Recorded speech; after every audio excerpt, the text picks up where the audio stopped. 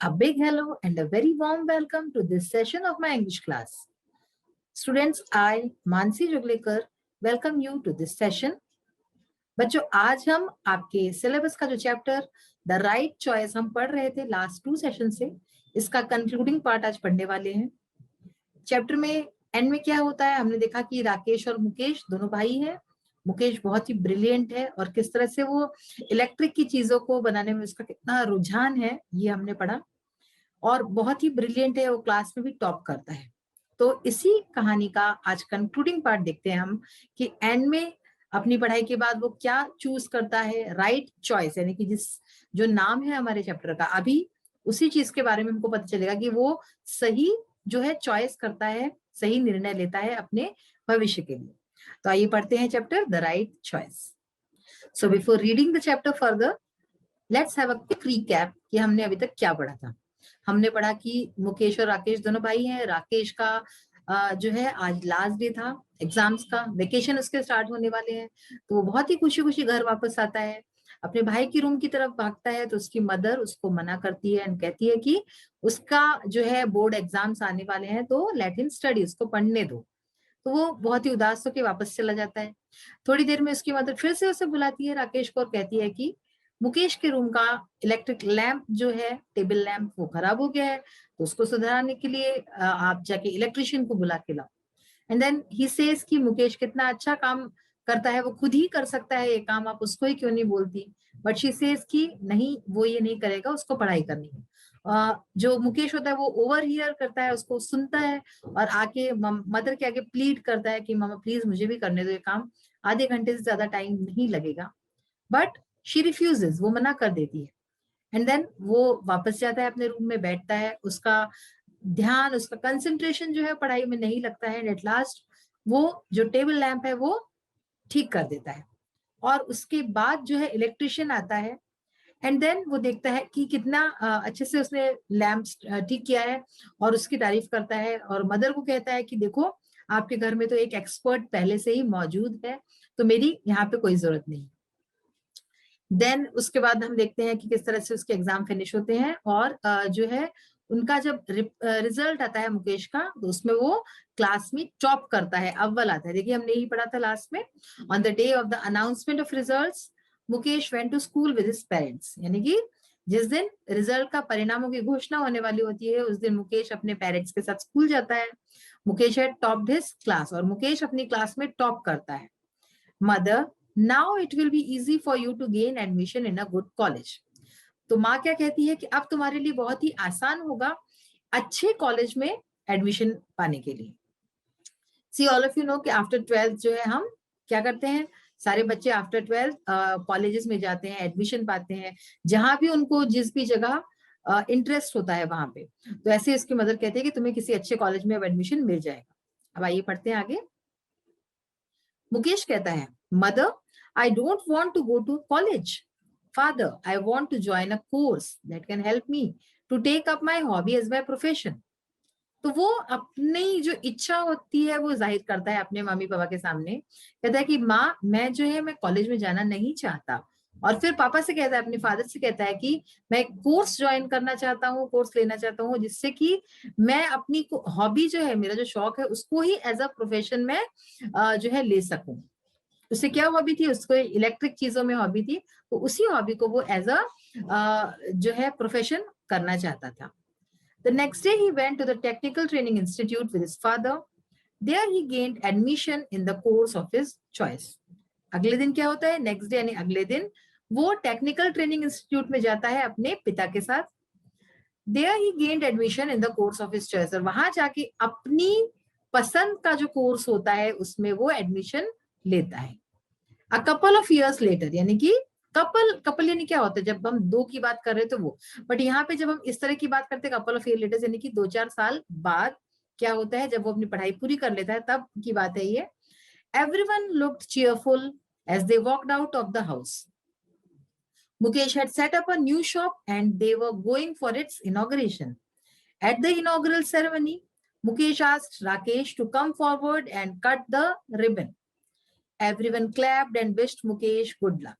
Now this is the last paragraph. इसमें बताया गया है कि कुछ सालों बाद यानी कि जब उसकी पढ़ाई खत्म हो गई, उसके बाद क्या हुआ, एवरीवन लुक्ड चीयरफुल, हर कोई बहुत ही खुश दिख रहा था, चीयरफुल यानी खुश, खुश दिख रहा था। As they walked out of the house, जैसे जब वो घर से बाहर निकल रहे थे तो हर कोई खुश दिख रहा था, हर किसी के चेहरे पे खुशी झलक रही थी। Mukesh had set up a new shop, Mukesh ने अपनी एक नई शॉप, नई दुकान खोल ली थी। And they were going for its inauguration, और आज उसका इनॉग्रेशन था, वो लोग सब उसके इनॉग्रेशन, यानी कि इनॉग्रेशन क्या होता है, जब कोई नई चीज होती है तो हम उसका इनॉग्रेशन करते हैं, ठीक है ना। तो इनॉग्रेशन के लिए सब लोग जा रहे थे। At the inaugural ceremony Mukesh asked Rakesh to come forward and cut the ribbon. अब ये जो सेरेमनी थी, जो इनॉग्रल सेरेमनी में क्या होता है, अक्सर रिबन्स कट किए जाते हैं, बड़ी जो दुकान वगैरह की होती है। तो मुकेश ने इस सेरेमनी पे राकेश से कहा कि वो आगे आए और उस दुकान का रिबन काटे। Everyone clapped and wished Mukesh good luck, तो सब किसी ने तालियां बजाई, हर किसी ने, और सबने मुकेश को गुड लक कहा, मतलब अच्छे आगे आने वाले भविष्य के लिए उसको जो है प्रोत्साहित किया और उसे गुड लक विश किया। तो इस तरह से हमने देखा कि उसने सही समय पे सही निर्णय लिया। उसने ऐसा नहीं किया कि उसका जो हॉबी थी उसको दरकिनार करके किसी कॉलेज में एडमिशन लेके आगे की पढ़ाई की, उसने अपनी चॉइस की चीज में आगे गया वो 12th के बाद, और इसीलिए वो आज इतना आगे बढ़ पाया। यही थीम जो है इस चैप्टर के, आप जो अगर इसका जो थीम देखेंगे वही है द राइट चॉइस, यानी कि सही हमारा जो चॉइस होती है, सही निर्णय होता है। आइए अब देखते हैं कुछ न्यू वर्ड्स इस चैप्टर के। स्टर्नली, स्टर्नली एक शब्द आया था, इसका मतलब क्या होता है, कठोरता पूर्वक। ओवर हियरिंग मीन्स संयोग से बात सुनकर, सपोज हम कहीं एक रूम से दूसरे रूम जा रहे हैं और कोई बात कर रहा है, मम्मी पापा या कोई भी एनीबडी, और हमने उनकी बात सुन ली, तो that is over hearing. Next is firmly यानी मजबूती से। नेक्स्ट कंसंट्रेट, ध्यान केंद्रित करना। और लास्ट है इनॉग्रेशन, इसका मतलब है उद्घाटन। तो इनॉग्रेशन सेरेमनी यानी उद्घाटन की जो रस्म होती है उसकी बात की गई। इसके बाद देखिए comprehension questions we have already done. Arrange the following events, ये भी हम लास्ट अपने इसमें कर चुके हैं कि किस तरह से, देखिए सारे दिए गए हैं, ऊपर नीचे हो गए थे, उसको हमने सही से अरेंज करके कि पहले कौन सा इवेंट हुआ बाद में कौन सा, वो हमने कर चुके हैं हम। देन आया वर्ड पावर, ये भी हम पहले ही कर चुके हैं। अब देखिए आज हम देखेंगे लैंग्वेज प्रैक्टिस। लैंग्वेज यानी भाषा, है ना, जो हमारा इंग्लिश लैंग्वेज से रिलेटेड चीज है। Read and understand. A phrasal verb is a verb combined with a verb and a preposition to give a new meaning. देखिए आपको पता है वर्ब क्या होता है, वर्ब यानी क्रिया, ठीक है ना, जिससे कुछ होने का हमें पता चलता है।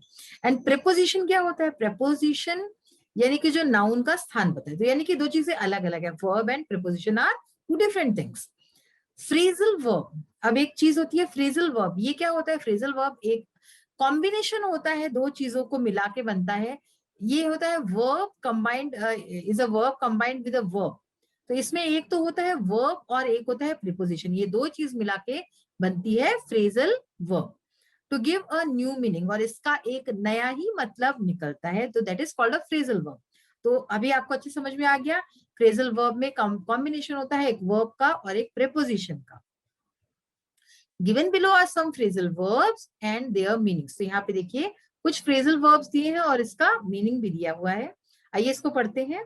कॉल्ड आउट, कॉल्ड आउट का इसका मीनिंग क्या हुआ, आस्क समबडी टू कम।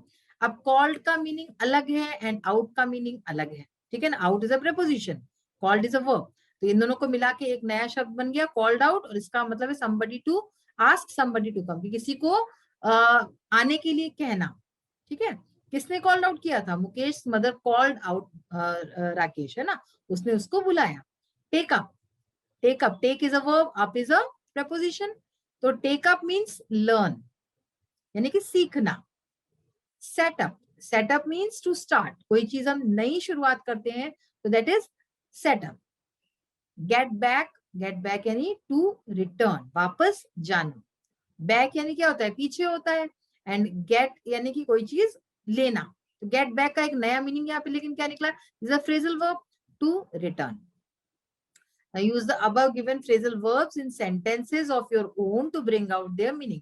अब हमें क्या करना है, इन phrasal verbs का sentences में यूज करना है ताकि इसका मीनिंग सामने आ सके।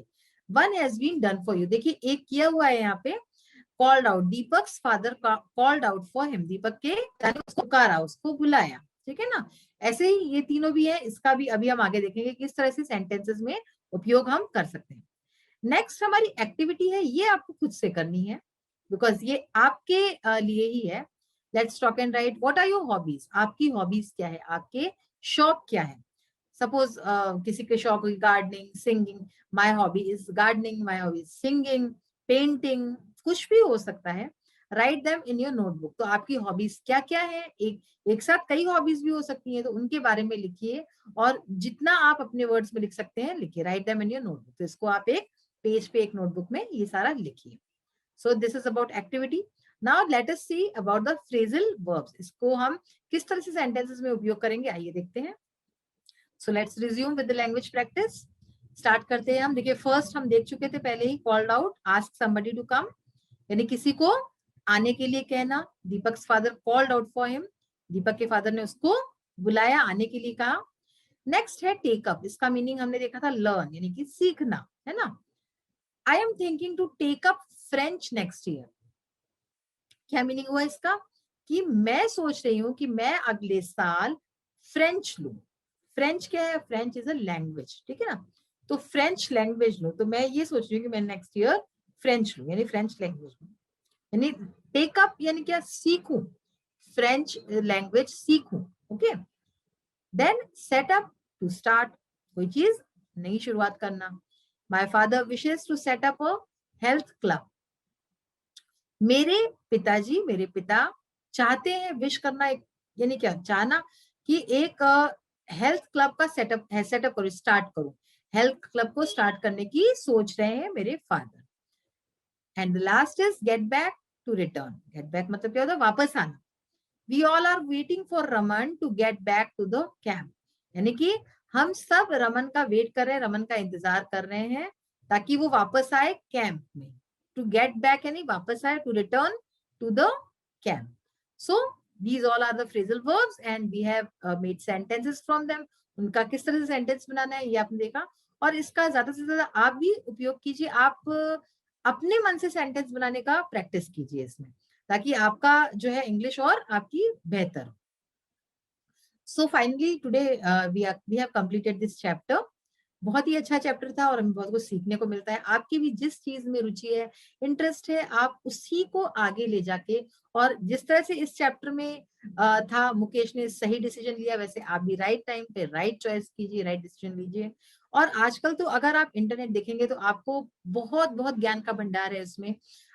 उसमें आप देख सकते हैं कि आपकी जिस क्षेत्र में रुचि है वहां पे आप क्या क्या कर सकते हैं आगे जाके। तो इसलिए आप भी राइट चॉइस कीजिए और अपने जो है लाइफ में खूब आगे बढ़िए, खूब सक्सेस कीजिए। So this session ends here, we will meet in the next session, till then bye, have a nice day, thank you, take care.